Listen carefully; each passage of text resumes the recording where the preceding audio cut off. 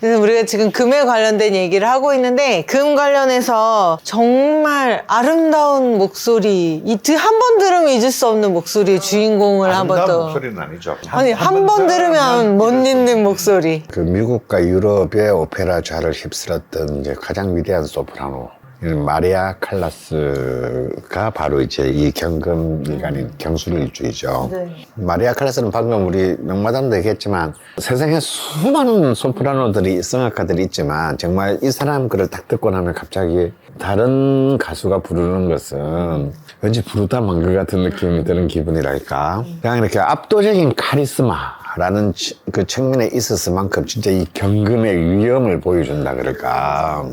그런 사람입니다. 하지만 그의 삶은 참으로 참 기구하고 복잡했어요. 한번 명식을 한번 볼까요? 그러니까 일단 딱 봐도 그냥 평범한 사람이 될 수는 없는 거예요, 그죠? 그러니까 이제 이 월지를 중심으로 한 연주와 월주 오른쪽 두 칼이 전부 시커매. 그것도 개해년에 개해월. 아, 정말 뭐 무지막지한 그런 무지막지한 어떤 그런 기운인데 이게 이제 경금일간이다 보니까 이게 좀 더 뭐다? 자, 식상이다 이거죠. 그게 다 수식상이야. 네. 식상이라는 게 뭘 표현하고 창조하고 전달하는 건데 근데 또 수기운이니까 소리죠, 소리, 그죠? 그러니까 소리로 뭔가를 표현하고 전달하는 그런 그 가장 강력한 DNA 인자를 타고났다라는 것이고요. 그런데 또 일지에 뭐가 있습니까? 술토가 있어. 편인이 있어. 단단한 편인이 있어요. 편인은 기술이죠, 기술. 그러니까 소리를 다루는 기술을 내가 가진 셈이에요. 근데 이 경술은 또 우리가 잘 아는 또 글자잖아요. 신살의 최고봉, 개강. 개강이라는 것은 이제 극도의 총명함, 극도의 매력. 그래서 옛날에는 이제 이 경술 개강을 경국지색에 비유했어요. 한 나라를 망하게 할 수도 있는 미색. 딱 연월 일주가 오는 순간 이 상황이 정말 너무너무 이렇게 일단 비범한 기운으로. 그래서 이 일간이 약하진 않아요. 왜냐면 밑에 술토도 있고 또 시간에 또 기토, 이 기토가 굉장히 큰 역할을 하죠. 똑같은 토라도 경금은, 이 금은 기본적으로 습토, 물기를 품고 있는 음의 땅인 기토의 생조를 굉장히 좋아합니다. 기토가 이제 아주 옆에 딱 붙어 있어서 이 경금이 계속해서 자기의 그 강한 기운을 쭉 지속할 수 있게 만들어내는 어떤 일종의 에너지원이 된다고 볼 수 있어요. 그래서 이제 약간 아쉬움은 뭐냐면 바로 그 기토 아래에 묘목이 기토의 발목을 좀 잡고 있는, 극을 하고 있는 형태니까. 그런데 이제 이 분은 이제 신약한 명식이고 식상이 강하기 때문에 이제 이 기토가 용신이고 화가, 술중 정화가 이제 희신인데 이 정화가 중요합니다. 이 정화는 이제 관이기 때문에 내 이름을 날리는 건데 또 이런 점에서 이 합으로 묶여 있다는 건 좋은 점이에요. 그 안에 있는 약한 정화가 이 위에 글자들의 합으로 인해서 보호를 받고 있는 양상이니까요. 이미 22세 대운부터 사실 어릴 때는 좀 불우했어요. 계속 화토로 쫙 흘러가잖아요. 화토금으로. 그래서 이제 특히 이제 정묘 지나서 정묘 대운에 이르러서 어마어마한 성공을 거두게 돼요. 이 정화가 이제 드디어 술턴에 있는 정화가 천간을 오잖아요. 그때 어마어마하게 이제 명성을 날렸는데 문제는 이때에 그리스의 선방학이자 어마어마한 그 부자의 갑부였던 바람둥이 오나시스한테 이제 빠지게 되는데 그래서 이제 이 사람과의 사랑 때문에 그 메르긴인가 하는 이제 자기의 성공의 조력자였고 뛰어난 기획자였던 남편을 버리게 돼요.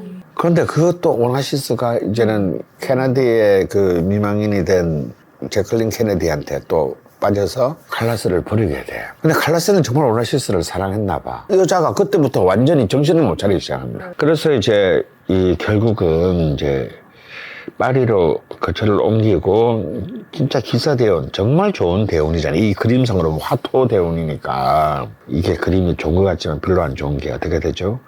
사화가 해수랑 사해쟁충을 합니다. 그래서 우리가 사해충 하면은 똑같은 그 역마길의 충이라도 인신충이 이제 겉으로 드러나는 충이라면 사해충은 정신적이고 내면적인 어떤 충인데 여기서 희신사화가 완전히 내면에서 금이 가요. 위에 기토도 개수 2개랑 기계 극을 쟁극을 하게 되면서 이 대운이 다 좋은 기운인데 엄청난 이제 불안정 속에 파묻히게 되고 이 기사 대운에 정사년 또 사화가 들어서 사해쟁충이 완전히 막 개판이 돼 그냥.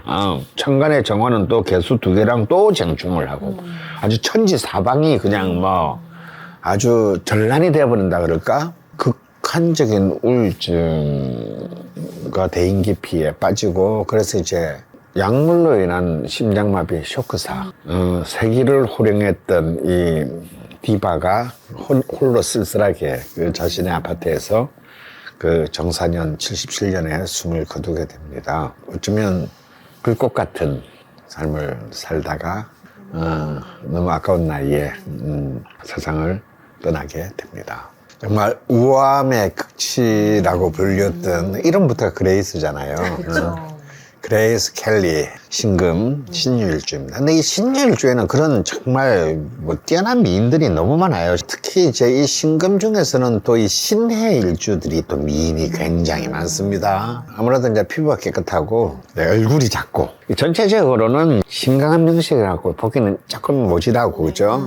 그게 이제 가운데 중하의 명식인데 신강하다라고 보기는 힘들고 이제 신약인데요. 그래도 일간이 약하진 않습니다. 그죠?